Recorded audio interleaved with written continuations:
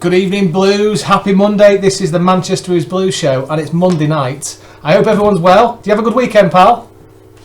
I had an absolutely dire weekend. No proper football. It's the only game I got really up and looking forward to was the Derby game. That was it. That's what it's come to when City don't play for a full fortnight. I'm watching Derby County.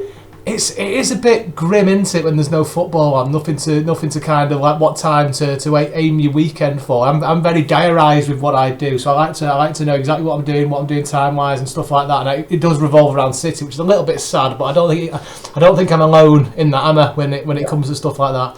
Put it this way: 3 o'clock Saturday, I cannot bloody wait. Bring on the Fulham game! I'm so excited. Nice to have the FA Cup back again, isn't it? It really is. Against Fulham as well. I was at the fixture, was it last year when we played Fulham? I was at the game for that one. Belting game, great afternoon with friends and family watching that, and I hope for the same this time around. Unfortunately, I've got tickets for this one, but yeah, I'm really looking forward to Fulham, especially the way they're playing as well. It's going to make a quite interesting top of the table Bulls clash. It's definitely going to be. I can see it being an interesting game. There's no two ways about that. Hopefully, we'll get the win and get through to the next game. I can't imagine too many changes. Can you? I think we're going to have a strong squad. There's definitely a strong team ethic there going behind it. Well, we all thought it was going to be a bit of a mix and match team when we played in the previous round. I've already forgotten who that was. Who was it we played in the previous round? League 2, Swindon.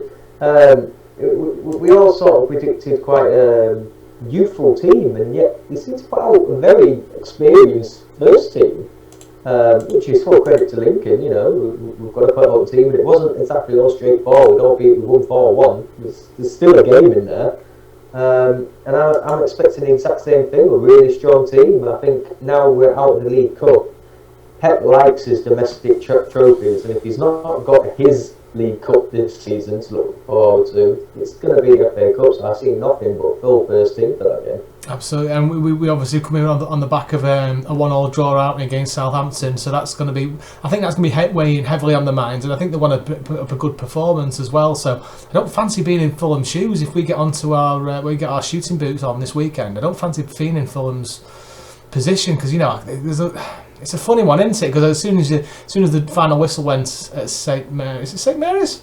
Is it still called St Mary's?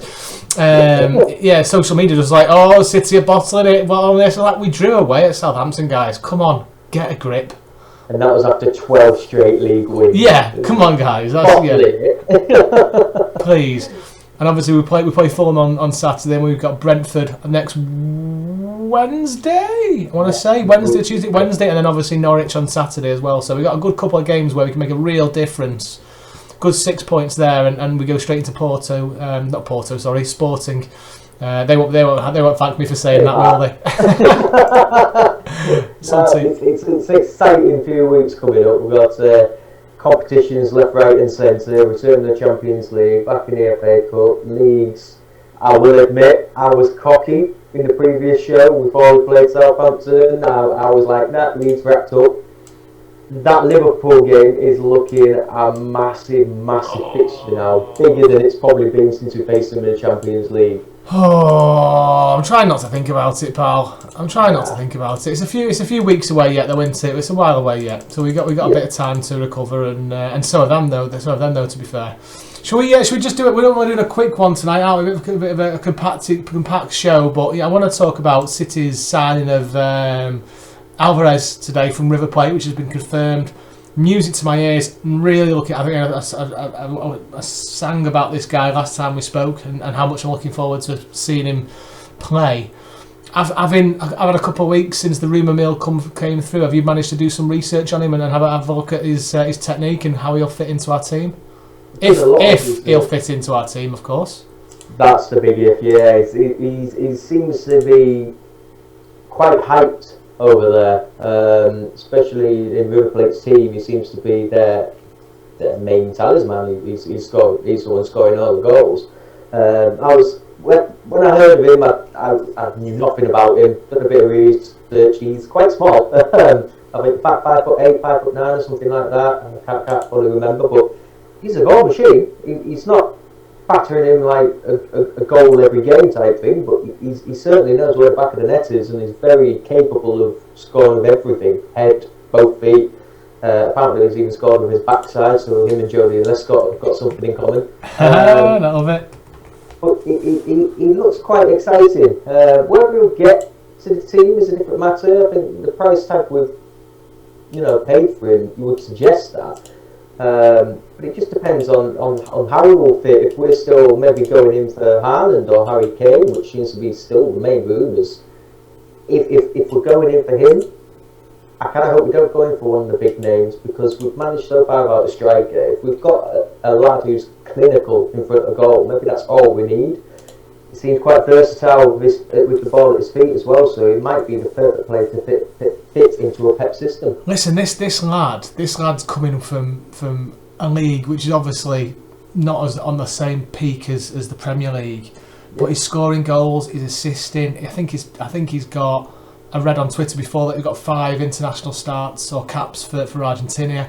He's a seriously exciting prospect, and I think there's a lot of people saying he's more exciting than the possibility of signing Haaland with the future progression of what he can go on to achieve, which is high praise to say the least. So I'll reserve judgment on that before we start comparing the two. But I'm just hoping he isn't one of these players that we're bought in and then we ship him off to Girona or wherever FC, Mumbai FC or wherever we send players to never to be seen again. I generally hope that the £14 million move is something that's going to set in place and he'll be able to work his way into the team. But he needs the right attitude, doesn't he, Dan? He needs to come in and he needs to work hard, and he needs to realise he's not going to be the number 9. But can you see him getting the number 10 shirt? Can you see that? Whether I can see Jack Grealish giving it up, albeit Jack Grealish hasn't exactly ripped up trees this season, he's still £100 million record signing, so you've got to think he'd have some say of whether he wants that shirt or not. It depends. I like the young lad's attitude. Apparently the deal is he's signed for City now, but he's back on loan at River Plate. But he's also asked, I think they're still in the domestic cup called the Copper something, Copper, I don't know, whatever, it's something like that. But if they get to the final, he's asked if he can actually extend his loan at River Plate just so he can be part of the team that should win it if they do. So that shows a hunger and desire, and he's quite. He shows a bit of humility about it as well, where he wants to finish a job that he's part of. Yeah, I like that. I like that a lot. That you get so many kids. Well, he's not exactly a kid. I think he's what, 21, 22 now. 21. He's fundamentally a full-time footballer now. He's not a young lad trying to break into a team. He's the first choice over there. But it is exactly like you said, whether he can adapt to the Premier League, the physicality of it as well. It's a tough league. But these Argentinians are made of strong stuff. Luckily, the past few Argentinians we've had know how to do it. Zaba, Aguero, they're just made of stern stuff, and whenever City seem to sign them, they're really good. High praise indeed to be named after those two. What I always take of interest with young players is what the national team coaches say about them. I've got a little phrase here, a little sentence, couple of sentences from Lionel Scaloni explaining how the deal won't hinder Álvarez international chances, which is great to see. We basically said we don't value where he's going to play, but his performance. We're happy for him. He's a boy who can contribute to us as a striker and in other positions. Perfect Pep player, isn't he? He's going to be perfect. I can't wait. I'm really looking forward. So we're not going to see him this season, are we? He's going back on loan and he's going to stay there, like you said. I just hope that other fans give him time. Jesus had time, and albeit he's not had the praise I think he deserves a bit more of, Jesus, because his overall work ethic is phenomenal. This lad is already being hyped as the next Aguero. That is some huge shoes to fill. Just let him come to this City team and leave his own mark on it. Hopefully it'll be just as good or even better as Aguero's. But the lad's 21. Let's just see how he does first. Absolutely, pal. Yeah, it's an interesting one, isn't it? But were you expected to sign anyone else this transfer window? Obviously, we're on filming this. It's 7:20. So were you expecting to realistically sign anyone else? I wasn't expecting any signings at all, let alone Álvarez signing. I was expecting a few outgoings such as loans. One player I will highlight is Patrick Roberts. As much as I feel like he could have been something at a club, I'm massively glad he's finally left on a permanent deal to Sunderland. He needed to get out of City. The routine of City, as they now call it, the loaning out to club. Yes, he's not been able to find a rhythm, and you could say that maybe down to his performances. But the amount of clubs he's had at such a young age, he was never going to be able to get a footing. I know people say, oh, well, he's been part of Manchester City's system. That comes with something. You look at the teams he's played for, Girona, no disrespect to Celtic, but Celtic in the Scottish League, now at Sunderland. These are teams that aren't really like, oh, he's a Man City player, oh, that's fantastic. It's almost as if we bought him and shipped him out just because he needs to progress, and he's never really found a rhythm. So fingers crossed, he gets a good chance at Sunderland and he shows his worth at Fulham. Because I was really gutted that we never really got to see much of him in the City shirt. Because when he signed, I thought it was phenomenal. Well said. Another player who's been rumoured to be leaving and he's staying and hopefully be signing a long-term contract is McAtee, James McAtee. You know, he had interest from Bournemouth, Swansea, QPR, Rangers, to name just a couple of clubs. And I think over on the continent as well, he's turned that down. He's going to stay at City. He's going to work hard. He's had that taste, hasn't he? He's had that taste of playing in the first team now. It's only going to get better for him, hopefully. Fingers crossed. He's got good pedigree. Him and Cole Palmer seem to have they're doing the Phil Foden sort of movement. They're just playing the odd little game, coming in, especially Cole Palmer, coming in with that Champions League game against Bruges and even scoring. It just that little rhythm. I think McAtee's not there yet, not even at Cole Palmer's level yet. But just the way Pep's starting to feed in these youngsters like Phil Foden, like Cole Palmer, you're starting to see the progress, and a team that can now. We've built a team that is solid, and we can start bringing in some younger players that have already been playing with these players for God knows how long now, and they're coming almost ready-made to be part of the first team. And that's credit to Pep, but it's credit to these youngsters as well, like James McAtee, who just want to play, but are ready to play the Pep system and in the first team when called upon. And I've not seen a young lad that's come into the team, whether it's Wilson Esbrand, the left back, is it? I'm not youth savvy, that's more Halifax. Yeah, that's not my bag either, to be honest. Even when he came on and played, I think it was early on this season or the end of last season, he looked absolutely fine. He had a really good performance. So it's a full credit to the lads in the youth development now, because the coaches as well, they're really doing a stellar job, and we're finally starting to see what that academy is starting to produce.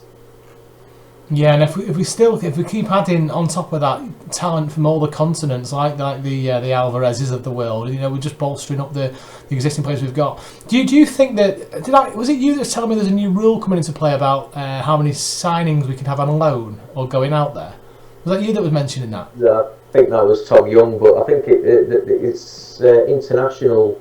It was four loans out internationally now from an English club you're allowed. I think it's something like 6 or 7 for domestic. I'm not 100% sure, but I know which rule you're referring to, but it's the bogus rule for me. I don't see the logic in it. It's an interesting one. It's certainly going to affect Chelsea's long-term plans if that's the case. No more buying and sweeping, but I don't think we're very innocent of doing that either, are we? Interesting one. So from our side of things, then we've obviously done the transfer news. There's a few other players that's going out on loan, as you would expect with this time. But realistically, we've not had a bad January, have we? We've got February coming up now with some massive games. Particularly the Champions League is back. Come on, can't wait. How do you expect our February to go, Dan? Tougher than I would have expected, just with the amount of pressure that's now sort of coming onto us from the league. I think we've had a nice January with all the wins, of course, us as fans, with 12 wins on the trot in the league. You're not exactly going to complain. Anybody who does complain about 12 wins wants kicking in the head, really. You know as well as I do, there's somebody out there, and I reckon we know 1 or 2 people that were definitely complaining that 12 wins isn't enough. I was one of them a long time ago, I would admit. But yeah, I've come round to the Pep way a little bit now. He's not making the stupid decisions he did last year. But again, who am I to question Pep Guardiola?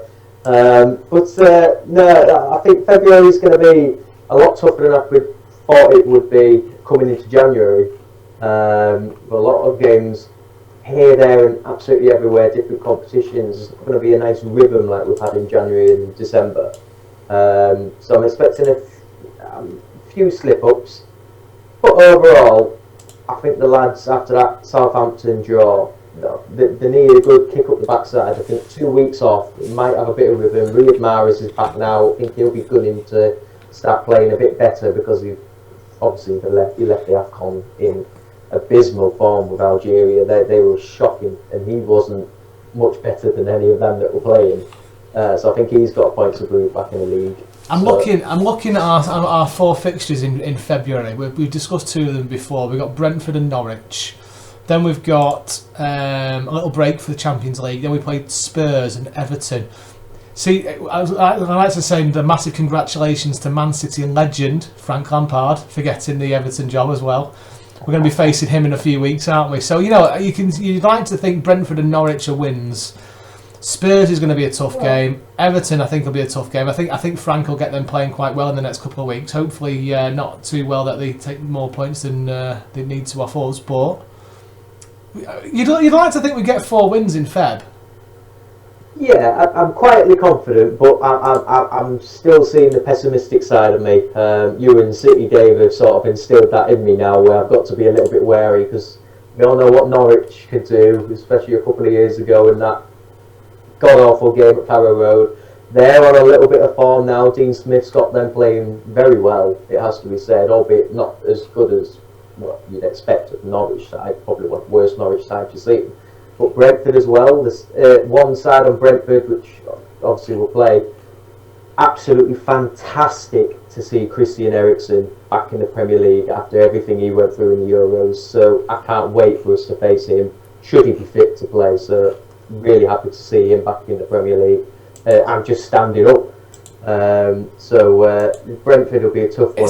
Honestly, I can't reiterate how happy I am for Brentford and for Christian Eriksen.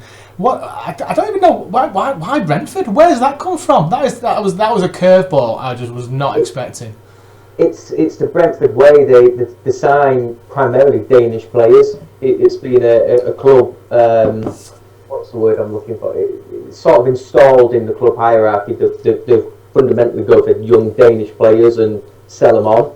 But also, when Eriksen was coming up through the Denmark ranks, the international side, he was his former manager when he was growing up. So didn't know that. Former manager, yeah. So there's a lot of history between them, and I think he might have just sold the Brentford project to him. And plus, you have to think, as much as Eriksen's a great player, we don't know what Christian Eriksen's coming back, whether he's going to take it a bit more steady due to everything that's happened, or whether he's going to be just the same Christian Eriksen who's at Spurs and lights up the Premier League again with Brentford. Do you know what? I really hope he does. I'm really looking forward to watching him play. I remember exactly where I was when we were watching that game. It was horrible after when that happened to him, and it's shockwaves, didn't it, through football? So I never, and he must have thought as well, there must have been a time of his life where he thought he'd never play football again, so he must be so happy.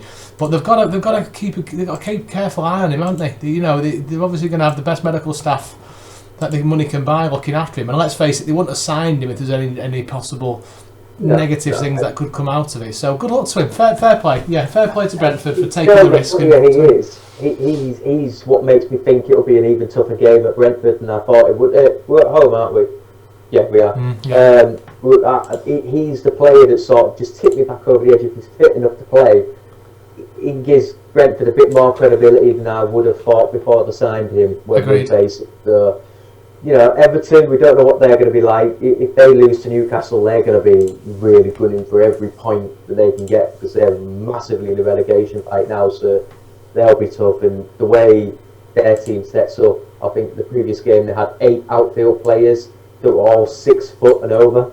So they're a lanky streak of his side. So it's one of them. I think our little run around is going to have to do the Bernardo skill and get by all these players and slot it in the back of the net. So I don't think they're easier games than what we predict. Right, well, I love you and leave you, pal. This was only a quick one tonight. It's lovely to see you as always. We'll crack on. We'll get this out to a podcast. If you're listening to this on a podcast, please give us a review. Share it with your mates. Love to hear from everybody as well. So get in touch with us on Facebook, Twitter, Instagram if you want us to talk about anything particular. But listen, Dan, have a good one, my mate. See you soon, Blue. You too. Catch Come you on, later. FA Cup. Come on, City. Come on, the boys.